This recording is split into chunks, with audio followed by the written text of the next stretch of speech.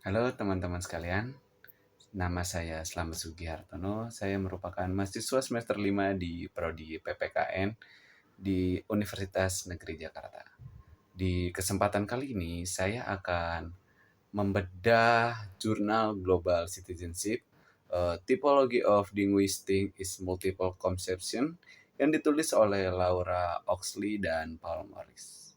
Nah, saya akan lebih mengerucut mengenai perdebatan konseptual dan teoritis yang ada di dalam jurnal tersebut. Dan saya telah membuat mind map juga agar saya dapat menjelaskan dengan lebih mudah. Nah, berikut mind mapnya. Yang pertama ini bahasan kita mengenai global citizenship, the current landscape. Lalu yang kedua, conflicting and converging form of global citizenship. Dan yang ketiga, evaluating global citizenship education curricula.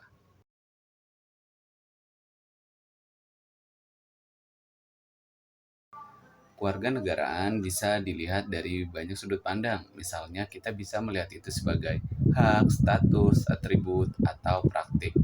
Bisa juga sebuah ikatan, peran, serta identitas. Oleh sebab itu, sebagian banyak orang menganggap global citizenship merupakan universalitas dan komitmen mendalam terhadap tujuan moral yang lebih luas. Nah, pada bagian ini juga membedakan model global citizenship melalui 3 pendekatan. Nah, yang pertama ini ada pendekatan dikotomis, yaitu adalah sebuah uraian sebagai upaya untuk membedakan konsep kewarganegaraan global melalui perbedaan biner. Oxley dan Morris atau penulis menyajikan dikotomi antara kategori hegemonik dan ideal, di mana masing-masing kolom berisi contoh yang menekankan berbagai bentuk kewarganegaraan global. Pendekatan ini juga menyoroti pola pikir dominan dalam global citizenship seperti globalisasi dari atas versus globalisasi dari bawah atau civilizing global citizenship versus rogue global citizenship. Lalu pendekatan kedua itu ada pendekatan atribut. Pendekatan atribut ini digunakan untuk mengidentifikasi karakteristik yang diharapkan dari seorang warga global. Model ini menekankan kualitas tertentu yang seharusnya dimiliki oleh warga global, seperti tanggung jawab, empati, dan pemahaman lintas budaya. Dan pendekatan ketiga yaitu pendekatan isme atau paham dan juga ajaran. Merujuk pada kategori yang didasari dalam ideologi yang mengungkapkan kerangka konseptual di balik kewarganegaraan global. Dalam pendekatan ini, kewarganegaraan global dibedakan berdasarkan pandangan ideologis seperti moral kosmopolitanisme, multikulturalisme liberal, neoliberalisme, dan environmentalisme. Setiap ideologi menggarisbawahi perspektif yang berbeda terhadap tanggung jawab global, mulai dari pendekatan moral dan etika universal hingga fokus pada keberlanjutan lingkungan.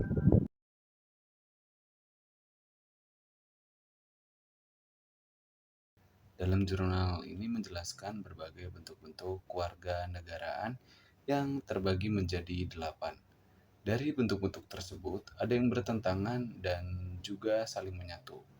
Berikut bentuk-bentuknya. Yang pertama, Cosmopolitan and Global Citizenship.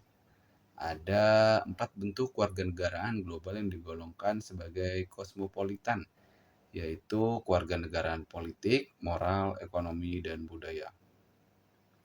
Kosmopolitanisme di sini dipandang sebagai pendekatan yang berbasis pada universalitas dengan asumsi bahwa setiap manusia berada dalam satu komunitas moral. Pemikiran kosmopolitan ini diilhami oleh ide filsuf Yunani kuno dan telah berkembang melalui pemikir modern seperti Nussbaum dan Appiah. Lalu di model kedua, political global citizenship. Ini merupakan konsep yang terkait erat dengan status politik kewarganegaraan. Konsep ini dibagi menjadi 3 pendekatan utama. Yang pertama ini demokrasi kosmopolitan. adalah sebuah pandangan arus utama yang mendukung tata kelola global berbasis demokrasi melalui penguatan lembaga internasional seperti PBB. Pendekatan ini bertujuan untuk menciptakan masyarakat dunia yang tertib dengan lebih mendemokrasikan institusi-institusi global. Nah, di pendekatan kedua yaitu negara dunia merupakan pendekatan radikal yang membayangkan sebuah negara dunia yang memiliki kedaulatan penuh dengan monopoli penggunaan kekerasan yang sah. Meskipun dianggap sebagai ideal yang sulit tercapai, ini dilihat oleh sebagian kecil orang sebagai kemungkinan yang dapat diwujudkan. Lalu yang ketiga itu ada anarko-kosmopolitanisme. Pendekatan ini mengkritik sistem negara atau bangsa dan menilai bahwa etika kosmopolitan sejati tidak dapat dicapai dalam kerangka negara atau negara bangsa. Anarkisme kosmopolitan menekankan pentingnya etika kosmopolitan tanpa bergantung pada negara atau institusi global yang bersifat hierarkis. Lalu di model global citizenship yang ketiga itu moral global citizenship. Nah, ini menggambarkan sebagai bagian dari tipe kewarganegaraan kosmopolitan yang menekankan aspek moralitas dalam hubungan global. Moral global citizenship berakar pada gagasan stoik dan pemikiran Immanuel Kant yang mendukung pandangan bahwa manusia tergabung dalam suatu komunitas moral. Dalam konteks ini, para pendukung seperti Martha Nussbaum memperjuangkan etika global universal yang menyatakan bahwa kewajiban moral tidak boleh terikat pada batas-batas lokal seperti nasionalisme atau patriotisme, tetapi harus mencakup semua umat manusia. Di model keempat atau economic global citizenship merupakan sebagai bentuk kewarganegaraan global yang berfokus pada hubungan antar kekuatan kapital, tenaga kerja, sumber daya, dan kondisi manusia yang seringkali disajikan dalam kerangka pembangunan internasional. Pendekatan ini itu sering terikat pada konsep neoliberalisme dan kapitalisme yang mengutamakan persaingan dan pasar bebas. Sementara banyak pengkritik melihat pendekatan ini sebagai citizenship yang tipis, yang kurang memperhatikan aspek etika dan sosial dalam kewarganegaraan. Berikutnya di model kelima ini ada cultural global citizenship. Ini adalah bentuk keterbukaan terhadap budaya lain. Menurut Wax pada 2008 menggambarkan sebagai kemampuan menghargai dan mempelajari praktik budaya melalui berbagai pengalaman seperti membaca, perjalanan, dan interaksi personal. Menurut BRIM pada tahun 2010 juga mendukung pandangan ini. Sedangkan menurut Baugeng pada tahun 2004 menambahkan aspek kesetaraan budaya dalam konteks global. Nah, di model ke-6 atau advocacy form of global citizenship, pendekatan ini tuh digambarkan sebagai bentuk advokasi yang menawarkan perspektif kritis terhadap bentuk-bentuk kewarganegaraan global yang mainstream. Pendekatan ini tuh cenderung mendukung sudut pandang alternatif dan berfokus pada keterlibatan langsung untuk memperjuangkan hak dan isu tertentu di tingkat global. Berikutnya di model ketujuh atau social global citizenship, model ini berfokus pada aktivisme transnasional dan pertumbuhan masyarakat sipil global. Konsep ini menyatu unsur universalisme, kosmopolitan, dan relativisme lokal pasca kolonial. Manifestasi melalui organisasi masyarakat sipil yang bekerja dalam batasan institusi yang tujuannya seperti pengurangan kemiskinan dan keadilan sosial. Mencerminkan pengaruh dari teori feminisme, multikulturalisme, dan pasionalitas reflektif. Lalu berikutnya di model environmental global citizenship. Konsep ini berfokus pada advokasi perubahan perilaku manusia dalam kaitannya dengan lingkungan alam. Seringkali nih dalam konteks pengembangan berkelanjutan. Fokus utamanya itu adalah hak-hak generasi masa kini dan mendatang untuk menikmati lingkungan yang sehat serta penghormatan terhadap hak-hak alam. Walaupun ada persilangan dengan bentuk warganegaraan sosial dan kritis, pendekatan lingkungan juga mencakup pandangan ekosentris yang melihat bumi sebagai entitas yang perlu dilindungi secara interstate. Dan model berikutnya atau model yang terakhir itu ada spiritual global citizenship.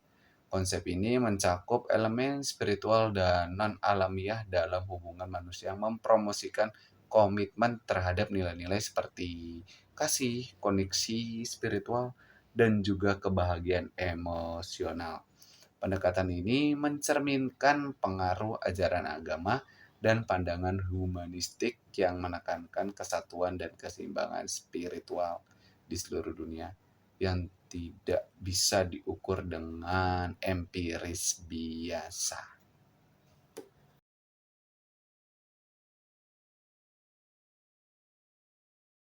Pada bagian ini menguraikan cara tipologi global citizenship yang disusun dapat digunakan untuk menganalisis dan mengevaluasi kurikulum pendidikan kewarganegaraan global atau GCE. Artikel ini menunjukkan bagaimana 8 konsep GC yang diidentifikasi dari bentuk kosmopolitan dan advokasi dapat diterapkan pada evaluasi kurikulum untuk menilai seberapa baik elemen-elemen pendidikan global diintegrasikan. Evaluasi tersebut menggunakan model evaluasi klasik dari STEC pada tahun 1967 yang membagi analisis kurikulum menjadi 3 dimensi, yaitu antecedent atau kondisi awal atau konteks, transition atau proses atau aktivitas yang terjadi, dan outcomes atau hasil atau dampak yang diharapkan. Dengan menggunakan kerangka kerja ini, penulis menggambarkan bagaimana tipologi tersebut dapat membantu dalam memahami konsistensi atau ketidaksesuaian antara ketiga elemen ini dalam kurikulum GCE. Penulis menggunakan dokumen Developing a Global Dimension in the School Curriculum sebagai contoh menganalisis kurikulum tersebut untuk menunjukkan bagaimana konsep gizi seperti kultural, sosial, kritikal, dan moral dimanifestasikan dan diimplementasikan di dalamnya. Analisis ini mengungkap bahwa konsep global citizenship yang paling dominan dalam kurikulum tersebut adalah kultural dan sosial. Sementara politikal, kritikal, environmental, dan spiritual kurang terlihat.